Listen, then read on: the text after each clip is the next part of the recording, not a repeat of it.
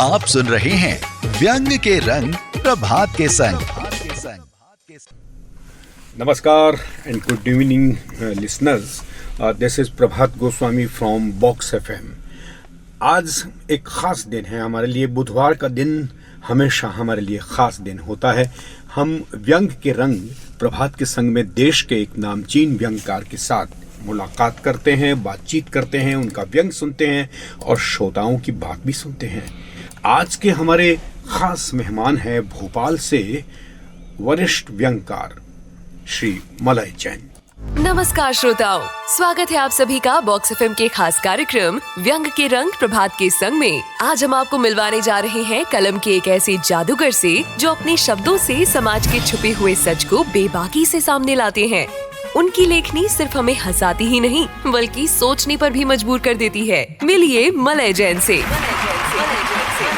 सिर्फ 16 साल की उम्र में कलम उठा लेने वाले इन लेखक ने व्यंग को एक नए अंदाज में गढ़ा है। उनका व्यंग उपन्यास धाक के 3 पाठ सिर्फ एक उपन्यास नहीं बल्कि व्यंग साहित्य के बेहतरीन उपन्यासों में से एक माना जाता है। यही नहीं, हल्क का दरोगा और उनकी व्यंग संग्रह साहित्य जगत में नए आयाम जोड़ चुके हैं। चाहे कविता हो या कहानी, उपन्यास हो या नाटक, मलय जैन हर लेखन के हर रूप में व्यंग को एक नया स्वर देने का दम रखते हैं। उनकी रचनाओं की चमक सुमन सौरभ, पराग, नया ज्ञानोदय, हंस, आउटलुक और आहा जिंदगी जैसे प्रसिद्ध पत्रिकाओं तक पहुंची है। अब बात करें इनकी सम्मानों की। साहित्य अकादमी मध्य प्रदेश का बालकृष्ण शर्मा नवीन पुरस्कार, रविंद्रनाथ त्यागी स्मृति पुरस्कार, दुष्यंत अलंकरण, ज्ञान चतुर्वेदी राष्ट्रीय व्यंग सम्मान और यहाँ तक कि राष्ट्रपति पदक से भी उनकी लेखनी और उनकी सराहनीय सेवाओं को नवाजा जा चुका है। तो आइए जोरदार तालियों के साथ स्वागत करते हैं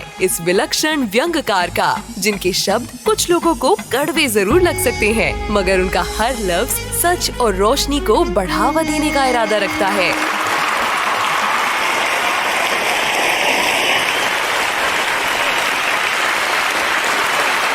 स्वागत है मलय जी आपका हमारे इस कार्यक्रम में और बहुत धन्यवाद। बहुत अच्छा भी लग रहा है हमको कि काफ़ी लंबे समय से मेरी इच्छा थी कि आपसे बातचीत हो, लेकिन कुछ परिस्थितियां बन जाती हैं, कुछ काम हो जाते हैं।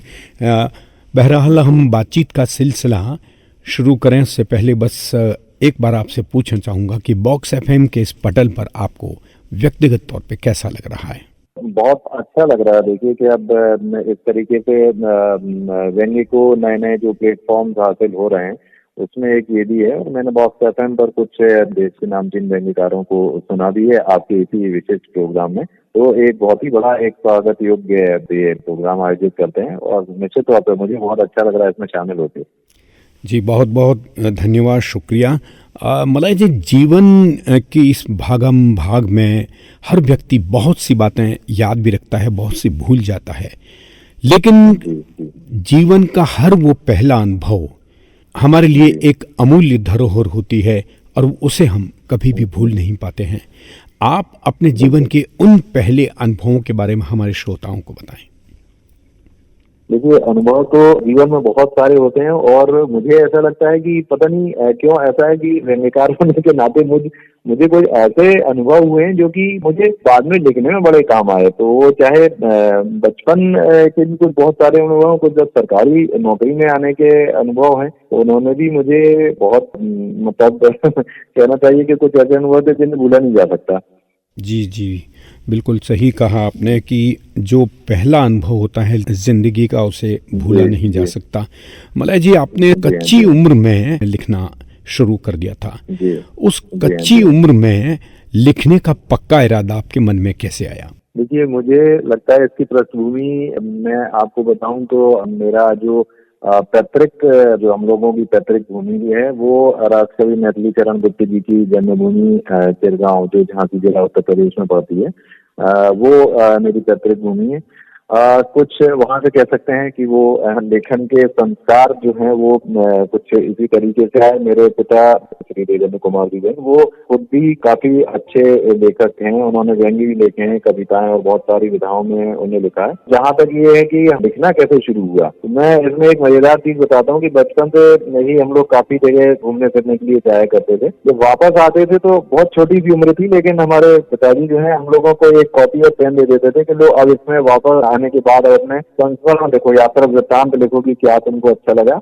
उस समय तो खैर लिखना क्या ही आता, लेकिन जो भी आपने टूटे फूटे उन शब्दों में लिख पाते, उससे धीरे धीरे जो है कुछ ना कुछ कहना चाहिए कि लेखन के संस्कार इसी से मिले। फिर उसके बाद जो है घर में बहुत सारी मैगजीन्स आती थी। बचपन में चंपक पढ़ते थे, और उसके बाद सुमन स्वरा, तो ऐसा किशोर वय में आए तो फिर सुमन स्वरा पढ़ना शुरू किया।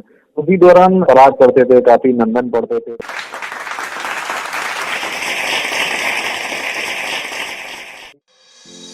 थाने में वसंत। कस्बे के पुलिस थाने की एक सुबह, ऋतुराज वसंत के आगमन की वेला। थाने का प्रवेश द्वार 444 वोल्ट की कपकपाती सर्दी में हाथ में 303 बोर की राइफल थामे पहरे पर मुस्तैद संतरी, नाना प्रकार की दुर्गंधों से सुवासित हवालात में बंधन से मुक्ति को आतुर दो षटधर्मी दरोगा जी रात भर गश्त के पश्चात वापस आए हैं। जाब्ता फौजदारी की दफा 109 के तहत लुकते छुपते पाए जाने पर दो संदिग्ध हमरा थाने लाए हैं। उन्हें हवालात के हवाले कर अपनी कुर्सी पर चंद पल निद्रा मग्न होने का यत्न कर रहे हैं। मुंशी जी, जो रात भर जागकर तमाम रजिस्टरों में इंदराज और केस डायरी पूर्ण करने के बाद दिशा मैदान को निकले थे, हाजत रफा के दौरान ही वो दिगंत तक मदमाती वासंती बयार से मुग्ध हो गए हैं। इतने मुग्ध कि उल्लास में भरकर तेज तेज कदमों से थाने की ओर बढ़ते एकाएक दरोगा जी को जगाने जा पहुंचे हैं। वसंत आगमन की इत्तला देने के निमित्त से उन्होंने कुर्सी पर चित्त पड़े दरोगा जी को झंझोड़ कर उठाया और यथासंभव कवित्व को धारण करते हुए कहा, उठिए साहब जी, देखिए साहब जी, बाहर वसंत है आया। उनींदे दरोगा जी आंख मल बोले, मैं अभी अभी तो गश्त से आया, इसीलिए तनिक अलस आया। कौन है ये कमबख्त वसंत जो अलस भोर की वेला में इस थाने को आया? क्या है ये कोई फरियादी जो रपट लिखाने को आया, या फिर है कोई वारंटी जो ले ललक हवालात की खुद गदबद्दे थाने तक आया? नहीं साहब जी, मुंशी जी खुलासे का प्रयास करते बोले, नहीं साहब जी, नहीं है वारंटी वसंत है, नहीं कोई फरियादी। इतराए हैं पलाश भी जिसमें, करते भ्रमर मधुर गुंजन जिसमें, वही वसंत है आया। दरोगा जी ने कोने में चीखते वायरलेस पर एक निगाह डालकर कहा, हे मुंशी तू निरा बावला, बज रहा कर्ण पर रात्रि भर कर्कश स्वरा, यह तुझे कौन सा माधुर्य भाया जो सहसा यूं लटपटाया? नहीं साहब जी, तनिक विचारो, कोयल कूकती जिस वन उपवन में, अमुआ भी बौराया, वही वसंत है आया। मूर्ख मुंशी, कार्यभार से दबा हुआ तू, किसने तुझे भरमाया? भ्रमित हो रहा ऐसे मानो तू ही है बौराया। नहीं साहब जी, करिए चिंतन, वसंत के मद में क्या मैं अकिंचन, हर कोई है बौराया। कवि निराला ने तो इन पंक्तियों में कैसा मधुघट छलकाया। भरा हर्ष वन के मन, नवोत्कर्ष छाया, सखी वसंत आया। किसले वसना नवलय लतिका, पिक्स्वर नभ सरसाया, सखी वसंत आया। बस कर पगले, कर बैठा था विगत को विस्मृत में, अब स्मरण सब हुआ आया। रस श्रृंगार से जाने मैं कब रिक्त हुआ चला आया। कर्तव्य पथ पर रत अविरत में जीवन रस भुला आया। प्रातः की इस वेला में तूने हृदय कमल को हरसाया। क्यों अश्रु नयन से छलकाया, देख मुंशी देख, अब मेरा गला ही रुंधाया। कर चिंतन तू 20 बरस में, कब हमने कोई उत्सव परिजन सहित मनाया। कब सहचरी अपनी को हमने वन उपवन का भ्रमण कराया। देख फोन पर अभी अभी संदेशा वारदात का आया। बस थम कर चिंतन, थाम अपनी गन, अब क्षण रवानगी का आया। मुंशी जी भाव विभोर हो सैल्यूट करते बोले, सच कहते आप साहब जी, वसंत उल्लास में मैं मूर्ख कैसा तो अकुलाया। कहाँ अवकाश हमें इस चिंतन का, कब उत्सव कौन सा आया। निर्भय रहे सब जनता, अपनी शांति काल हो छाया। तब लगता है मानो सचमुच अपना वसंत हो आया। तब लगता है मानो सचमुच अपना वसंत हो आया। इतना कहकर मुंशी जी रवानगी दर्ज करने के उद्देश्य से रोजनामचे की ओर भागे और दरोगा जी नींद की खुमारी भूल एक बार फिर मौकाए वारदात पर कूच के लिए तैयार हो गए।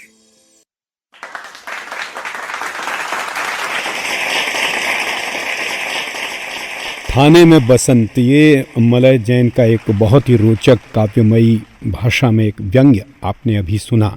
मलय जी, इस रचना का जो कथ्य है या इस रचना का जो विचार है आपके मन में कैसे आया था? देखिए प्रभात जी, अक्सर हम लोगों के साथ मतलब सारे ये तो पुलिस विभाग में जितने भी लोग हैं ये सब इस बात को देखते हैं कि हम लोगों के ड्यूटीज के आवर्स ऐसे रहते हैं कि त्योहार शायद ही कभी कभार मना पाते हो। कई बार ये है कि दिवाली की घर में पूजा चल रही और अचानक आपको बीच में छोड़कर भागना होता है। होली, रंग पंचमी, ये त्योहार तो हम लोग मना ही नहीं पाते क्योंकि हमारा सारा फोकस जो है वो शांति व्यवस्था बनाए रखने में लगा रहता है। तो वसंत को लेकर बस ऐसे ही मेरे दिमाग में आया कि वसंत को लेकर जो है हर कवि ने कुछ ना कुछ लिखा है, तो इसको क्यों ना जो एक हमारे पुलिस विभाग का दर्द है, हम जो हमारे चाहे वो कांस्टेबल हेड कांस्टेबल किसी भी रैंक के हों, उनका एक जो दर्द है ये किस तरीके से सामने आए। तो फिर मैंने इसको इसी तरीके से इसको सोचा और फिर लिखा कि एक मुंशी जो है वो गए हुए हैं मैदान को और वहाँ फिर उनको जो है वसंत का जो एक उनका एक असर पड़ता है तो आकर कैसे थाना पर, तो उसको उस जो एक आम पीड़ा है हम पुलिस वालों की, उसको मैंने उसमें लिखा था। जी जी, बहुत बढ़िया तरीके से आपने इसको बताया। और आइए सुनते हैं थाने में बसंत व्यंग्य पर हमारे वरिष्ठ व्यंग्यकार कैलाश मंडलेकर जी की समीक्षात्मक टिप्पणी। मलय जैन हमारे समय के चर्चित और लोकप्रिय व्यंग्यकार हैं। इस लोकप्रियता के दो प्रमुख कारण मुझे दिखाई देते हैं। एक तो उनकी भाषा जो बहुत सरल है, बहुत सहज है। दूसरे उनकी व्यंग रचनाओं में, खास तौर से उनकी व्यंग कथाओं में बुंदेलखंड के लोक मुहावरों का बहुत अद्भुत और दुर्लभ प्रयोग होता है। ये दोनों ही चीजें उनके व्यंग को पढ़ने को विवश करती है। व्यंग में प्रयोगात्मकता को लेकर भी मलय जैन बहुत सजग हैं। उनका उपन्यास बड़ा लोकप्रिय हुआ है, डाक के 3 पात। मलय जी के व्यंग में किस्सा गोई की भरमार है। वे किसी भी घटना से या घटनाहीनता से भी एक बेहतरीन व्यंग कथा निचोड़ सकते हैं। उनके व्यंग बोध की एक खासियत ये भी है कि उनके जो व्यंग निबंध हैं वे शुरू तो एक निबंध की तरह होते हैं, लेकिन अंत तक आते आते उनका जो व्यंग है वो कथा में परिणित हो जाता है। और ये जो कथा में परिणित होने का जो प्रयोग है या शैली है, ये दरअसल एक जर्मना कथाकार ही कर सकता है। मलय जी में जो कथा तत्व की प्रधानता है वो मुझे बहुत आकर्षित करती है। यहाँ जो व्यंग रचना प्रस्तुत की गई है थाने में वसंत, ये दरअसल एक काव्यमय व्यंग है। इसको एक काव्यमय व्यंग कहा जा सकता है, जिसमें एक दरोगा हैं और एक मुंशी हैं जिनके बीच संवाद हो रहा है थाने में। मुंशी बसंत के आगमन की सूचना देता है दरोगा साहब को कि साहब देखिए बाहर कैसा बसंत का सुहाना मौसम है, जबकि दरोगा साहब अपराध और अपराध की दुनिया में इस कदर उलझे हैं कि उन्हें वसंत की अगवानी से तो खैर कोई मतलब ही नहीं है। उन्हें तो वसंत भी अपराधी की तरह ही लगता है। कौन है यह कमबख्त बसंत जो अलस भोर की वेला में थाने में आ गया। इस तरह से उनके बीच में संवाद होता है। मार्मिक सा अंत है इस व्यंग रचना का कि दरोगा जी अपनी उस पीड़ा को व्यक्त करते हैं जो उनको थाने की उलझनों के चलते ऋतुओं और मौसम के आनंद से भी वंचित रखा हुआ है, उस पारिवारिकता से भी वंचित रखा हुआ है जिसके लिए आदमी रोजगार करता है, जिसके लिए आदमी मेहनत करता है। ये हमारे पुलिस विभाग की एक त्रासदी भी कही जा सकती है, क्योंकि सुरक्षा का जो जिम्मेदारी होती है वो कई बार इतनी भारी होती है कि परिवार और रिश्ते और समाज सबसे अलग होकर अपनी ड्यूटी करनी पड़ती है। तो वो पीड़ा को भी इसमें वसंत के बहाने मलय जी ने व्यक्त किया है। कुल मिलाकर ये एक बेहतरीन व्यंग रचना है और मैं मलय जी को बहुत बहुत बधाई देता हूं और बॉक्स एफएम को भी मैं धन्यवाद देता हूं कि उन्होंने मुझे मलय जी पर कुछ कहने का अवसर दिया। शुक्रिया।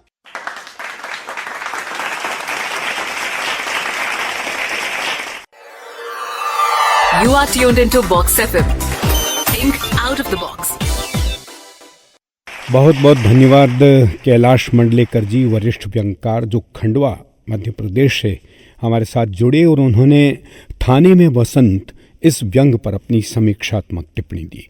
मलय जी, बातचीत का सिलसिला आगे बढ़ाते हुए मेरे जहन में एक सवाल आ रहा है कि साहित्य में बाल साहित्य बहुत लिखा गया, उसके बाद पकी हुई उम्र या ये कहें कि जब बहुत अनुभव हो जाता है जीवन में तो हम एक रचनात्मक साहित्य की ओर भी बढ़ते हैं।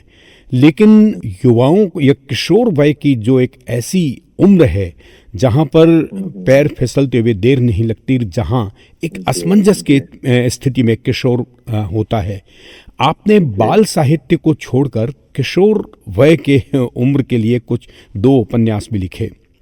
तो आपके दिमाग में क्या आया था कि आप बाल साहित्य में कुछ काम करें, या सीधे सीधे आपने देखा कि किशोर वय में एक बहुत आवश्यकता है लिखने की, बहुत कम लिखा गया है, तो आपने वो 2 उपन्यास जो लिखे थे उनकी पृष्ठभूमि पर थोड़ा सा प्रकाश डालिए। जी जी, प्रभात जी, उस समय जो है लिखना, जैसा कि मैं बता रहा था, शुरुआत में मैंने आतंक के छाव नाम से कहानी लिखी थी, और फिर मैं चूंकि उम्र के खुद उसी दौर में ही था, लगभग जो 15-16 साल की 17 साल की उम्र जो है, तो वो उसी टीन एज में था। तो एक बड़ा दिमाग पर बड़ी तरह तरह की कल्पनाएं जो हैं वो कल्पना लोक में ही जिया करते थे। तो बहुत सारी ऐसी चीजें होती थी जहां पर हमको लगता था कि ये चीजें ऐसी हैं जो इस टीन एज में आमतौर पर किशोरों को भटकाती हैं।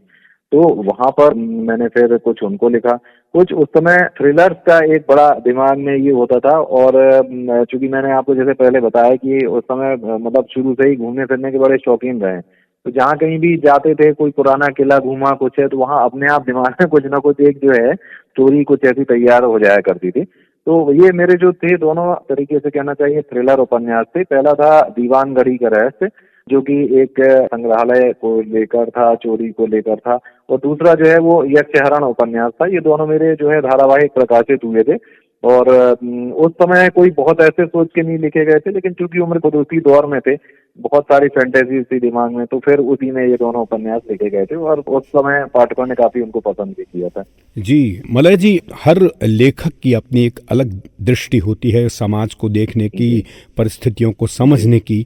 तो आपके जो रचना कर्म है, चाहे वो व्यंग है, चाहे कहानी है, या किशोर साहित्य है, तो आप थोड़ा सा हमें बताइए कि किस तरह की रचनाओं के लिए आप कैसे प्लॉट देखते हैं, कैसे आप उनके बारे में सोचते हैं, और जब आप कहीं ना कहीं लोगों से मिलते हैं तो कोई ना कोई विचार भी आता है, कोई चरित्र भी आपके सामने खड़ा हो जाता है।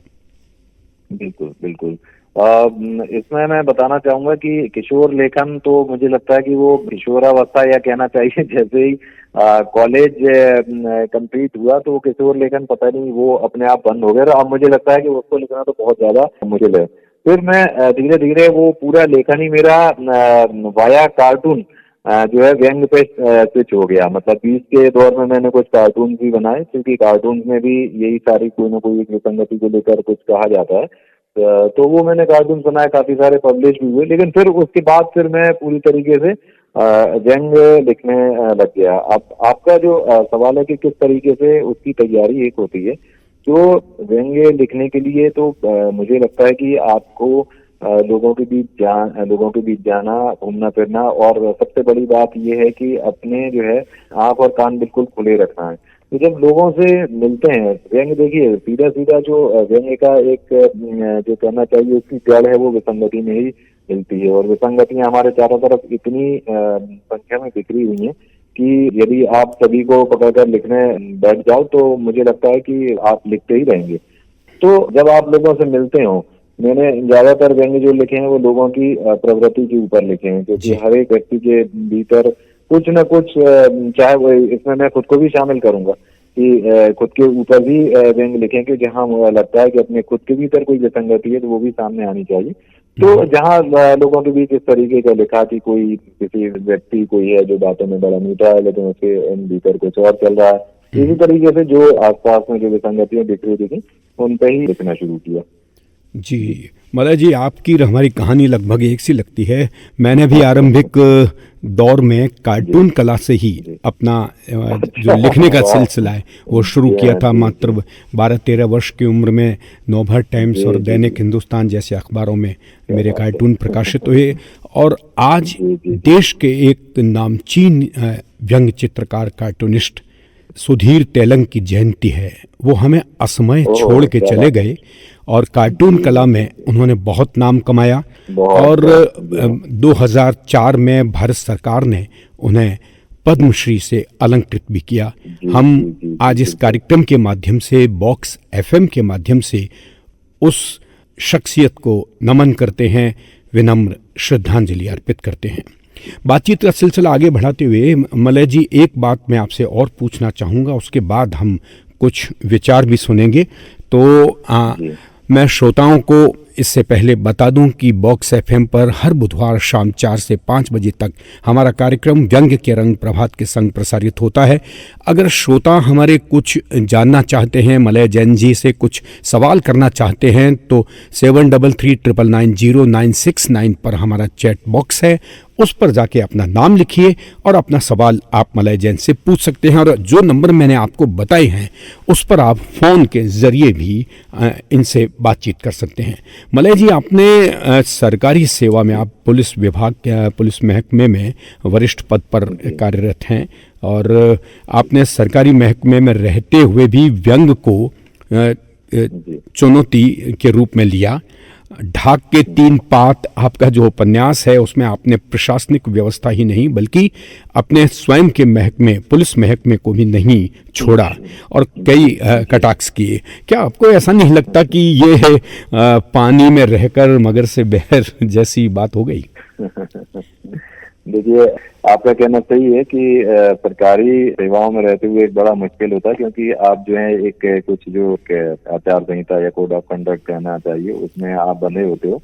लेकिन मैंने जो आपको बताया कि मेरा ध्यान जो है वो व्यक्ति की प्रवृत्ति पर होता है जी। तो जो ढाक के 3 पात उपन्यास है, आप उसको देखेंगे तो उसमें मैंने लिखा ही है कि देश को 21वीं सदी में ले जाने के प्रयासों में सरकार ने कोई कसर नहीं छोड़ी। लेकिन बात जहाँ की क्रियान्वयन की आती, एग्जीक्यूशन की आती, तो वहां पे उन योजनाओं पर ढाक के 3 पात होते हम सबने देखा है। तो इसमें मैंने ये बताया कि जहाँ उस, यदि उपन्यास की बात है तो उस उपन्यास में जैसे वैद्य जी जैसे एक आम झोला छाप डॉक्टर हैं, एक पाराशर जी जैसे शिक्षक हैं जो जिनका ध्यान जो है वो पढ़ाने से ज्यादा अपनी खुद की दुकान पे होता है। एक ठेकेदार है उसमें गड्ढे भैया नाम से, जिनकी बनाई सड़कों पर सड़क कम गड्ढे ज्यादा दिखते हैं। लपका सिंह टाइप के एक लोकल पत्रकार हैं। तो ये सब वो चरित्र हैं जो कि बड़ी मेहनत से बनाई हुई योजना और जिनके लिए बड़े बड़े बजट दिए जाते हैं, उनको क्रियान्वयन के स्तर पर जो है वो खराब कर देते हैं। उसी उपन्यास में एक पात्र है, वो कमिश्नर है संभाग की, तो उनके लिए यही लिखा है कि वो कमिश्नर साहिबा जैसी सख्त और कर्तव्य प्रेमी अफसर भी हैं, जिन्हें विश्वास है कि यदि देश में हर व्यक्ति ईमानदारी से अपना काम करने लग जाए तो विकास के फूल भी खिलने में देर नहीं लगती। तो मैंने उपन्यास में इन्हीं चीजों को बताया कि किस तरीके से जो है योजनाएं बनी और उनको क्रियान्वयन में इस तरीके से लोगों ने उन योजनाओं को जो है वो कहना चाहिए कि पलीता लगाया ग्राउंड जीरो पर। तो वो आया और उसको मतलब काफी इसीलिए पसंद भी किया गया और उसको तो सरकार का एक पुरस्कार भी मुझे लगता है इसीलिए मिला। तो मुझे लगता है जो आपने कहा कि पानी में रहकर मगर से बैर वाली बात, लेकिन उसमें उन्हीं चीजों को किया जो व्यक्ति की प्रवृत्ति पर है। जी बिल्कुल, अगर व्यक्ति की प्रवृत्ति पर होते हैं तो उसका एक अलग नज़रिया होता है, लेकिन फिर भी सरकारी सेवा में रहते हुए इस तरह के व्यंग्य जैसे विधा को साधना भी अपने आप में एक कला होती है। इस समय हमारे साथ एक श्रोता ने हमें संदेश भेजा है, अरुण कुमार गुप्ता। वो कह रहे हैं बहुत लंबे समय से मैं आपको सुनता रहा हूं और बहुत आनंद आता है आपको जब भी सुनते हैं। श्रोताओं, इस समय हम वरिष्ठ व्यंग्यकार मलय जैन से बातचीत कर रहे हैं और इससे पहले की बातचीत का ये सिलसिला आगे बढ़ाएं। आइए सुनते हैं, हमारे साथ कुछ ऐसे संदेश भी हैं जो मलय जैन जी के बारे में कुछ कहते हैं। मेरा नाम पल्लवी त्रिवेदी है और आज मैं बात कर रही हूँ मलय जैन जी के लेखन पर, जो कि आज हमारे आज के समय के प्रमुख और बड़े व्यंग्यकार हैं। और जिनकी 2 किताबें अब तक आ चुकी हैं। पहला उपन्यास ढाक के 3 पात और इसके पश्चात एक व्यंग संग्रह हलक का दारोगा। मलय जैन जी की व्यंग की सबसे खास बात जो मुझे लगती है वो ये है कि सबसे पहली उनकी जिसको कहना चाहिए कि उनके लिए एक अच्छी बात यह है कि वे खुद पुलिस सेवा में हैं और इस पुलिस सेवा में होने के कारण उन्होंने आम जीवन को बहुत करीब से देखा है, उनके सुखों को, उनके दुखों को, समाज में फैली विसंगतियों को और इसके अलावा जितने भी विडंबनाएं हैं वो उनको बहुत करीब से देखने, जानने का, समझने का मौका मिला है, जो कि एक व्यंग्यकार के लिए बहुत ही जरूरी है।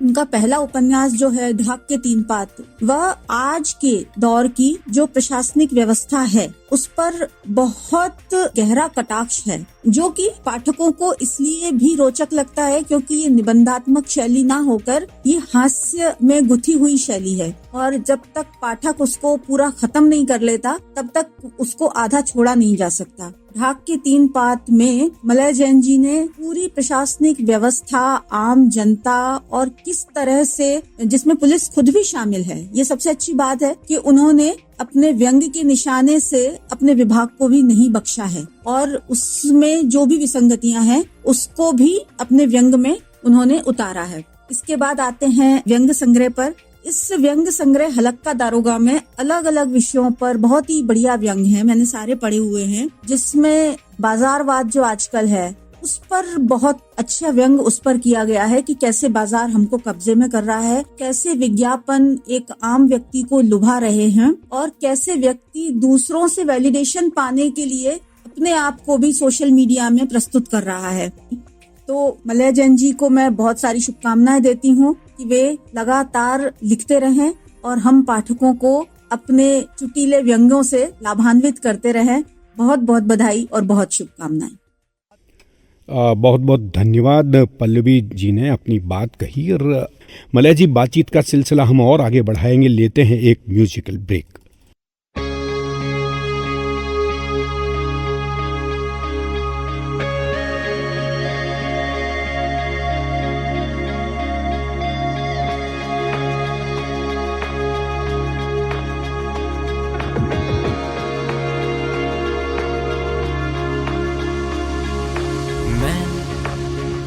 जानू न कहा रास्ता मुझे ले जा रहा, शायद किसी मंजिल का पता बहाने से मुझे बता रहा। जो चल पड़े हम मंजिल की दिशा में, देखे जरा है क्या मिला इन हवाओं में, पाया है क्या जो खो देगा इन राहों में। क्यों तुझे डरना, चलने से, गिरने से, बढ़ने से, हो सकता है ये भी लिखा, जो कुछ मिलेगा तेरे ही कुछ करने से।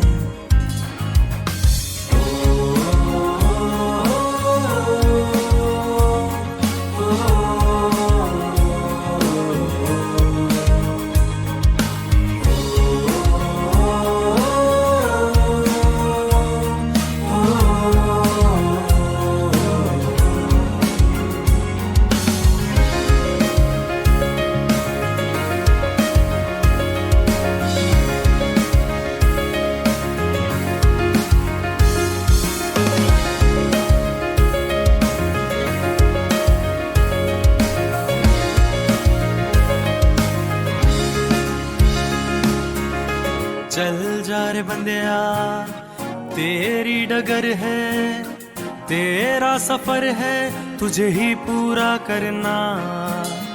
राहों में यूं खड़ा सोचे मन ही मन तू क्या पाना उस मंजिल को, क्यों घुट घुट के मरना। जब चल पड़े तू मंजिल की दिशा में, तेरा रब है वहाँ फिर क्यों डरे उन हवाओं से। जा भी जरा उन ख्वाबों के दरवाजों से।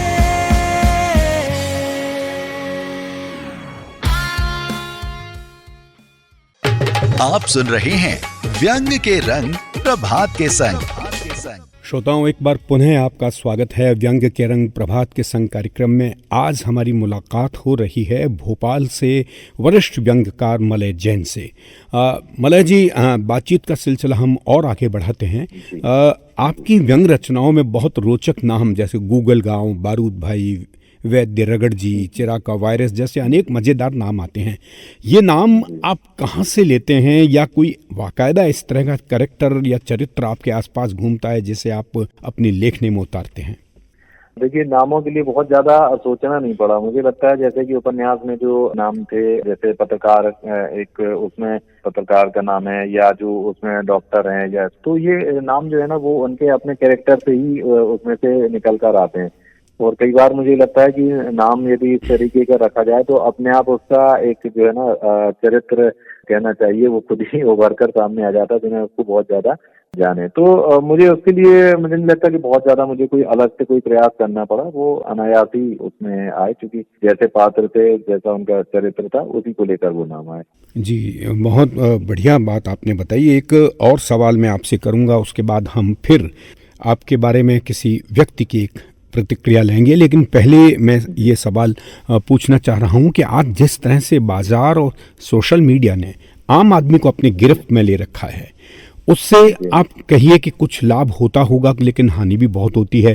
तो ये जो मानवीय प्रवृत्ति है जो अब एक सांचे के अंदर बंद है, इस पर बहुत अधिक नहीं लिखा जा रहा। ना बाजारवाद के विरुद्ध कोई आवाज़ बहुत ज़्यादा उठाता है, ना सोशल मीडिया के जो नुकसान हैं उनके बारे में कोई बहुत ज़्यादा व्यंग्यकार टिप्पणी करता है। आपको क्या लगता है? मुझे ऐसा लगता है कि सोशल मीडिया जो है वो तो एक तरीके का उसका जो एक वायरस वाला जो स्वभाव है उसने सभी को ही अपने जद में ले रखा है। तो उससे बच पाना तो बहुत ही मुश्किल है। लेकिन जैसे कि कोविड के समय हम लोग एक पर्याप्त दूरी रखते थे और मास्क लगा के कुछ थोड़ा बहुत बचाव करते थे, तो मुझे लगता है यही एक स्ट्रेटेजी सबको रखनी पड़ेगी। और रही इन पर लिखने की बात, तो बाजार के बारे में आपने बताया, तो निश्चित तौर पे आज यदि हम विसंगतियां खोजने जाते हैं तो सबसे ज्यादा तो हमको बाजार में ही देखने मिलेंगी। क्योंकि आप देखिए कि हमारी सुबह की शुरुआत भी वहीं से हो जाती है। आपने फेसबुक खोला, आपने व्हाट्सएप खोला, कोई ना कोई आपको उसमें ऐड आ रहे हैं। आप बाजार जाते हैं तो तरह तरह के आपके सामने ऑफर हैं, सामने कुछ लिखा जा रहा है कि 70% डिस्काउंट, और जब आप वहां जा रहे हैं तो पता चला कि इसकी कीमत 3 गुना करके फिर डिस्काउंट किया जा रहा है। तो बहुत सारी इस तरीके की विसंगतियां हैं। रही बाजार पे लिखने की बात, तो बाजार पे तो हमारे यहाँ कुछ लेखकों ने तो बहुत ही अच्छा लिखा है, और डॉक्टर ज्ञान चतुर्वेदी जी ने तो पूरा पर बाजारवाद की पूरा उपन्यास भी लिखा है। मैंने भी कुछ कोशिश की है, और हलक का दरोगा जो मेरा व्यंग्य संग्रह है उसमें मुझे लगता है कि 5-7-8 रचनाएं करीब जो है वो बाजार के ऊपर हैं। लेकिन ये अब बहुत जरूरी है क्योंकि जिस तरीके से लोग जो हैं वो सोशल मीडिया के प्रति एक आसक्ति बढ़ती जा रही है, और कभी हम लोग जब देखते हैं तो हम लोग को खुद विश्वास नहीं होता कि हम देखते हैं कि हमारा स्क्रीन टाइम 4 घंटे 5 घंटे, तो हमको समझ में नहीं आता कि ये 4-5 घंटे हमने कब खराब कर दिए। जी जी, उसी व्हाट्सएप को देखने में, उसी फेसबुक को देखने में। और दूसरा मैं कहूँ कि ये समय जैसे साहित्य में रीतिकाल होता था, उस समय देश या पूरी दुनिया भर में जो चल रहा है वो आज एक रील काल चल रहा है। तो जिसको देखो वो रील बनाने में लगा हुआ है। आप देखेंगे कि किस किस तरीके की विचित्र हरकतें जो है वो रील बनाने में की जाती हैं। कई लोग तो अपने जान भी इसमें दे देते हैं।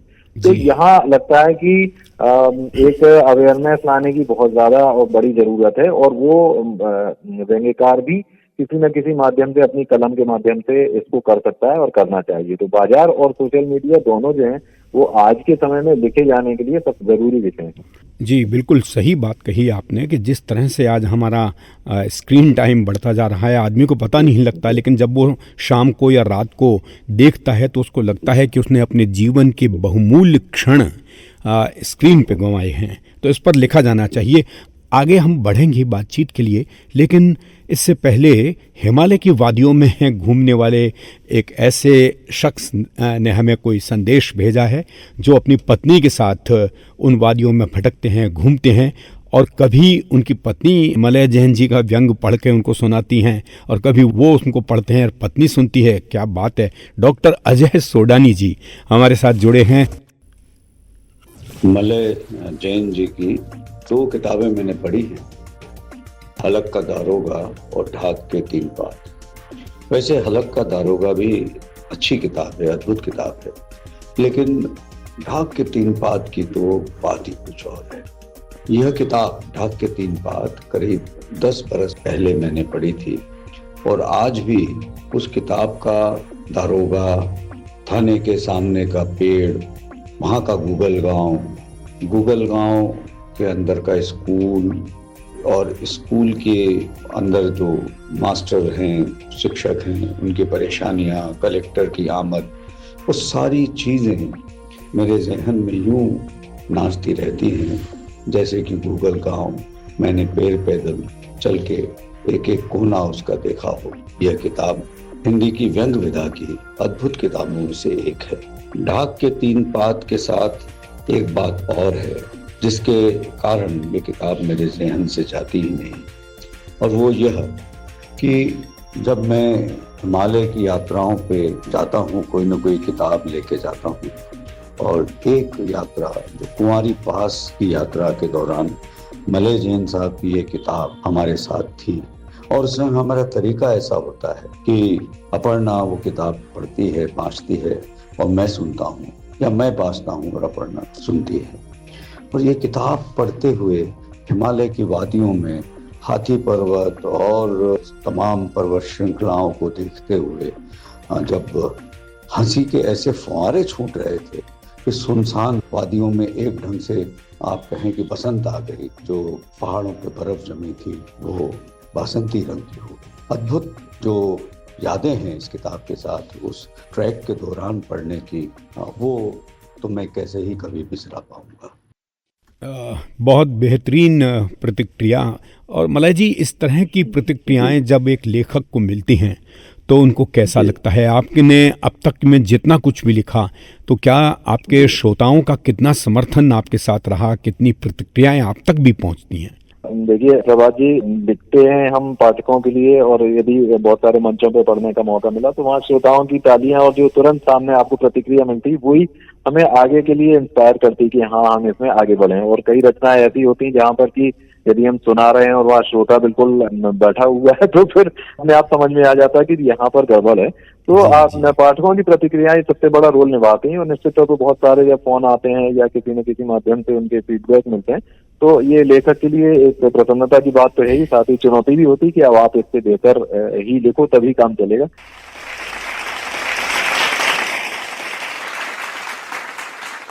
कुछ लोग शस्त्र से चिकित्सा करते हैं तो कुछ शब्द से। मलय जैन को साहित्य का शल्य चिकित्सक कहा जाए तो अतिशयोक्ति नहीं होगी। वे अपने शब्दों के माध्यम से मनुष्य के चित्त में व्याप्त विकारों को समझकर बहुत कुशलता के साथ उनका निदान करते हैं। उनकी रचनाएं मात्र सरस ही नहीं है, बल्कि वे पाठक को सार्थक जीवन के लिए प्रेरित भी करते हैं। बेहद मारक अद्भुत कथा शिल्प है उनका। आशुतोष राणा, अभिनेता। You are tuned into Box FM. Think out of the box. बहुत बहुत धन्यवाद आशुतोष राणा जैसे सुपरिचित बॉलीवुड के कलाकार हैं। उन्होंने बहुत बेहतरीन प्रतिक्रिया मलय जी की व्यंग रचनाओं पर की है। मलय जी, आपको इसके लिए बधाई। धन्यवाद। बहुत आपकी व्यंग रचनाओं में मैं जितना भी पढ़ पाया हूँ, एक तो गजब की पर्यवेक्षणीय दृष्टियाँ जैसे ऑब्जर्वेशन कहते हैं, और उसके अलावा दृश्यांकन भी बहुत सटीक होता है। ये दोनों ही चीज़ें एक व्यंग को कितना बल देते हैं, कितना मजबूत बनाते हैं। बिल्कुल सही कहा प्रभात जी आपने, क्योंकि व्यंग में जहाँ हम विसंगतियों को ही देखते हैं और उन्हीं पर लिखते हैं, तो एक बतौर व्यंग्यकार जो है वो मुझे लगता है कि आप किसी एक जगह बैठ के नहीं लिख सकते। एक जगह आप बैठ के लिखेंगे ही तो केवल वो ज्यादातर हम जो देखते हैं वो साहित्यिक जगत में या इन पर लिख पाएंगे। बहुत पहले आपने कहीं पढ़ा होगा कि तू कहता कागज की देखी, मैं कहता आंखन की देखी, ये कहा गया है। और बाबा नागार्जुन ने उस समय की परिस्थितियों पर भी उन्होंने लिखा था कि खेतों में बंदूकें उगती हैं, गली गली में बम दिखता है, तुझको मैं सैर करा दूं, घर में घुसकर क्या दिखता है। तो मुझे लगता है कि एक व्यंग्यकार को घूमना फिरना बहुत जरूरी है, और केवल घूमना फिरना नहीं, उस दौरान उसको अपनी आंखें जरूर खुली रखना चाहिए। जैसा कि परसाई जी ने भी कहा था ना कि व्यंग्यकार की 2 नहीं 4 आंखें होती हैं। तो जब तक आप आपकी एक आसपास फैली विसंगतियों पर एक गहन दृष्टि नहीं होगी, आपका ऑब्जर्वेशन आपका अच्छा नहीं होगा, तब तक आप उन चीजों को नहीं ले पाएंगे, और उन पर लिख पाना फिर वो उस ढंग से पाठक को प्रभावित नहीं करेगा। क्योंकि पाठक तभी प्रभावित होता है जब आपको इस ढंग से लिखें कि उसको लगेगा यार यही तो सब मेरे साथ हो रहा है, यही तो मैंने देखा, यही तो चारों तरफ है। तो लेखक के लिए सबसे बड़ी चुनौती वही है, और उसके लिए उसको घूमना फिरना और ऑब्जर्व करना बहुत जरूरी है। सही बात कही आपने। और अब एक बात हम करते हैं वापस पुनः लौटकर व्यंग्य उपन्यास पर। डॉक्टर ज्ञान चतुर्वेदी जी ने एक बार कहा था एक साक्षात्कार में कि व्यंग्य उपन्यास वाकायदा एक मुश्किल विधा है, क्योंकि आप 5 पृष्ठ के या 7 पृष्ठ के ज़्यादा से ज़्यादा व्यंग में तो आप निरंतर उसके व्यंग बोध को बनाए रखते हैं, व्यंग की पकड़ बनी रहती है। लेकिन जहाँ 300-400 पेज का उपन्यास होता है, वहाँ हर पेज में व्यंग की उपस्थिति बनाए रखना वाकायदा बहुत कठिन माना जाता है। आप इस पर क्या करना चाहेंगे? जब आपने उपन्यास लिखा था तो क्या इन बातों को खास तौर से आपने ध्यान में रखा था? मैंने जब उपन्यास लिखना शुरू किया था तो बहुत ये सोच के नहीं शुरू किया था कि वो व्यंग्य उपन्यास होगा। लेकिन एक हमारे भीतर ही एक, जब हम लिखने बैठते हैं तो एक कुछ कहना चाहिए कि जो कलम से निकलता है वो कि व्यंग में ही निकलता है, उसको बहुत ज्यादा वो अभिधा में नहीं आ पाता। तो मुझे उपन्यास लिखने में ये जरूर है कि उपन्यास लिखना बड़ा एक बहुत ही कठिन काम है, और फिर जब पूरा हमको सारा व्यंग में ही लिखना है तो उसको फिर सार पाना एक बहुत ही बड़ी चुनौती होती है। इसलिए मुझे लगता है कि मुझे लगभग 3.5 साल उस उपन्यास को लिखने में लगा। लेकिन ये जरूर है कि व्यंग्य उपन्यास में भी आपको एक जो स्तर है व्यंग्य का वो तो बना के रखना पड़ेगा। क्योंकि यदि आपने कई जगह देखते हैं कि लेखक जो है उसमें खुद अपनी बात बोलने लग जाता है, और वहां फिर वो सीधा सीधा व्यंजना से अभिधा पे आ जाता है, तो वो वहाँ एकदम सपाट हो जाता है, और फिर पाठक को लगता है कि नहीं यार यहाँ आकर गड़बड़ हो गई। तो ये एक बहुत बड़ी चुनौती है। और ज्ञान चतुर्वेदी जी के तो मैंने सारे उपन्यास पढ़े हैं, और राग दरबारी तो शिवराज शुक्ल जी का एक सबसे बड़ा उदाहरण है कि आपको यदि 250 पेज का उपन्यास है तो आपको हर प्रश्न में, हर वाक्य में और हर पंक्ति में आपको उसमें व्यंग मिलेगा। तो व्यंग उपन्यास के साथ ये सबसे बड़ी एक चुनौती है, और इसलिए थोड़ा बहुत कठिन भी है लिखना को। जी, बहुत बढ़िया बात कही है। एक सवाल और मैं आपसे पूछना चाहूँगा कि आपकी नज़र में एक मुकम्मल व्यंग में क्या खास बातें होनी चाहिए, क्या विशेषताएं होनी चाहिए? देखिए, व्यंग्य की सबसे बड़ी शर्त है, या हम जिसको आज की भाषा में कह रहे हैं कि व्यंग्य के टूल्स क्या हैं, तो व्यंग्य के टूल में तो सबसे बड़ी बात होती है विसंगति। फिर आता है लेखक का अपना विचार क्या है उसको लेकर, फिर वो उसमें कोई सरोकार है कि नहीं। तो 2 तरह से रचनाएं व्यंग्य में होती हैं। एक तो व्यंग्य जो होता है वो गंभीर व्यंग्य होता है। व्यंग्य लिखना खुद अपने आप में एक बड़ा गंभीर काम है, लेकिन आप व्यंग्य को देखा जाए तो मोटा मोटी 2 उसमें एक बात करते हैं। एक तो होता है मजे लेने के लिए व्यंग्य। बहुत सारे व्यंग्य केवल मजे में भी लिखे जाते हैं। मैंने भी काफी सारे ऐसे लिखे जिसमें कि हास्य काफी सारा होता है, लेकिन साथ साथ उसमें व्यंग्य भी होता है। दूसरे होते हैं कि गंभीर व्यंग्य। गंभीर व्यंग्य में भी हास्य साथ साथ चलता है, लेकिन उसका अंत जो है वो एकदम करुणा पे जाता है। तो ये जो व्यंग्य के कुछ चीजें हैं, फिर आपकी अपनी एक भाषा है, आपकी अपनी एक शैली है, वो इसमें बहुत बड़ा रोल निभाते हैं कि आप उसको किस ढंग से लिख रहे हैं। तो मुझे लगता है सबसे बड़ी चीज तो व्यंग्य में लिखने के लिए विसंगति ही है। और फिर आपको सबसे बड़ी बात कंटिन्यूटी की भी होती है। आमतौर पे ये होता है कि व्यंग्य लिखते समय जो है हम उसको कंटिन्यू नहीं कर पाते, विचार से भटक जाते हैं, और फिर व्यंग्य का जो है विषय वो छूट जाता है, फिर आप दूसरी चीजों में लग जाते हैं। तो सबसे बड़ी बात, सबसे बड़ी शर्त यही है कि यदि आपने 400 शब्दों में, 500 शब्दों में, 1000 शब्दों में जो कुछ भी लिखा है वो एक उसी दायरे में रहे, उसी विचार के आसपास रहे जो आप लिखना चाह रहे हैं। ये बहुत जरूरी है। जी, आपने बिल्कुल सटीक इसका जवाब दिया है। एक मैं 2 सवाल आपको एक साथ कर रहा हूँ। एक तो जो आपने अभी बात कही है कि एक तो मनोविनोद की दृष्टि से मजे लेने के लिए व्यंग्य लिखा जाता है, तो अक्सर ये एक बहस है कि व्यंग्य में हास्य का मिश्रण हो या नहीं हो, अगर हो तो कितना हो, क्या वो सायास या अनायास हो सकता है। और दूसरा जो सवाल मैं आपसे करना चाहूँगा कि वो ये है कि व्यंग में आजकल एक बात यही कही जा रही है कि विचार पक्ष कमज़ोर होता जा रहा है। जो पहले हमारे अग्रज व्यंगकार हैं उनको हम व्यंग पढ़ते हैं तो हमको ये महसूस होने लगता है कि व्यंग में बहुत समृद्धि के साथ भाषा का कलेवर होता है, कथ्य बहुत मजबूत होता है और शैलीगत जो प्रयोग होते हैं वो भी देखने को मिलते हैं। लेकिन आज वो सब चीज़ें धीरे धीरे लुप्त होती जा रही हैं। तो क्या वाकायदा आज लोग व्यंग्य को मज़े लेने के लिए लिख रहे हैं? आपका कहना काफी हद तक सही है। मैं पहले आपके दूसरे सवाल का जवाब दूंगा। मुझे लगता है व्यंग लिखना भी आजकल थोड़ा बहुत डिफेंसिव होता जा रहा है, क्योंकि सामने वाला बुरा ना मान जाए, तो इसलिए व्यंग्यकार जो है उतना प्रखर हो कि बहुत सारे लोग नहीं लिख पा रहे हैं। लिख रहे हैं, बहुत सारे लोग मेरे अच्छे परिचित हैं जो बहुत गजब के व्यंग लिख रहे हैं और बड़ा सीधा वो कटाक्ष करते हैं।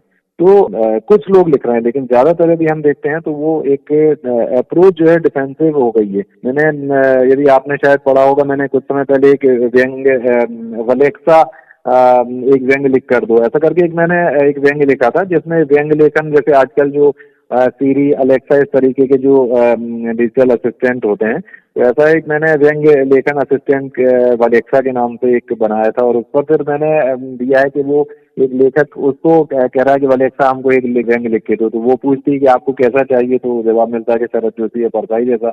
और जैसे ही वो किसी सामाजिक, राजनीतिक या धार्मिक विषय व्यंग तैयार करके देता है एआई से, तो वो लेखक जो है वो तो पसीने से नहा जाता है कि इसमें तो मेरा चारों तरफ बड़ी बुराई हो जाएगी, ऐसा कैसे। तो फिर वो लास्ट में सजेस्ट करते हैं कि फिर आपकी खुद की भीतर इतनी विसंगतियां हैं कि आप कहें तो उस पर लिख दें। तो लेखक कहेगा यार हम अपनी विसंगतियों पे कैसे लिख सकते हैं। तो ये चीज एक बहुत ज्यादा अभी बढ़ती जा रही है। दूसरी बात जो है वो है व्यंग में हास्य की। मेरा अपना मानना है कि व्यंग में हास्य जब तक ना हो काम तो चल जाता है, लेकिन व्यंग जो है वो आप यदि किसी समाज की विसंगतियों की तरफ आप इशारा कर रहे हो तो आप एक कड़वी गोली सीधा सीधा नहीं खिला सकते। उसमें आपको एक कहीं ना कहीं यदि आप उसमें हास्य के रूप में एक शुगर कंटेंट उसमें आएगा तो पाठक उसको और अच्छे ढंग से कनेक्ट होगा।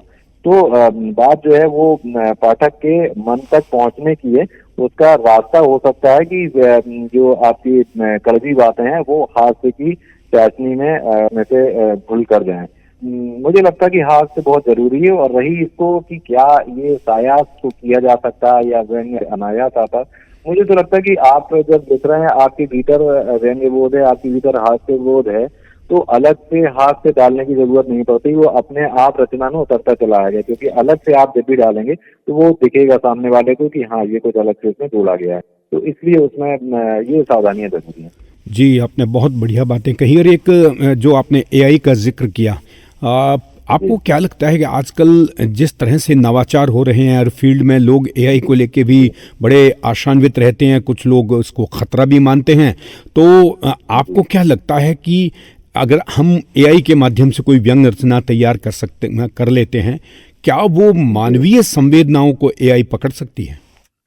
देखिए, एआई को लेकर तो अभी बहुत डिबेट चल रही हैं और अभी तो अंतर्राष्ट्रीय स्तर पर भी एक बड़ा आयोजन हो चुका है एआई को लेकर। साहित्य जगत में मुझे लगता है कुछ लोगों के जो प्रयोग मैंने देखे हैं उसमें एआई पे उन्होंने निबंध लिख लिया, शायद कहानी या कविता भी लिख ली, लेकिन व्यंग मुझे नहीं लगता कि एआई, क्योंकि जब हम उतनी संवेदनशीलता के साथ किसी चीज पर लिख रहे हैं और फिर व्यंग के मैंने आपको बताया कि इसमें तो बहुत सारी चीजें जरूरी है आना है, तो वो दिल की बात जो है वो जो मन के एक कोने से निकल के आती है, जो आप महसूस करते हो, वो एआई के बस की नहीं है। फिर इसमें जो है भाषा का एक बहुत बड़ा रोल है। जैसे कि मेरे व्यंग में अक्सर बुंदेलखंडी उसमें आ जाता है और बहुत सारे व्यंग्यकार हैं जो कुछ उसमें मालवी के टच आते हैं, किसी की निमाड़ी भाषा में आता है, किसी का ब्रज में आता है। तो मुझे तो नहीं लगता कि एआई कोई इस तरीके का व्यंग रच सकता है, और रचेगा भी तो पाठक उसको तुरंत पता देगा कि अंदर की बात क्या है।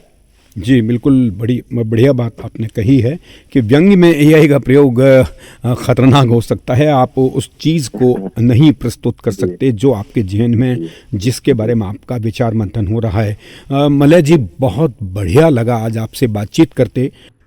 और इससे पहले कि हम इस कार्यक्रम के समापन की ओर बढ़ें, एक सवाल और आपसे करेंगे कि आप आज के दौर में जो बहुत से व्यंग्य के विद्यार्थी हैं जो आपको सुनते भी हैं और आपको फॉलो भी करते हैं, अगर आप हमारे उन लेखकों के लिए कुछ कह सकें कि भविष्य में व्यंग्य लिखते हुए उन्हें क्या कुछ सावधानियां बरतनी पड़ेंगी और हिंदी साहित्य में व्यंग्य का क्या भविष्य है?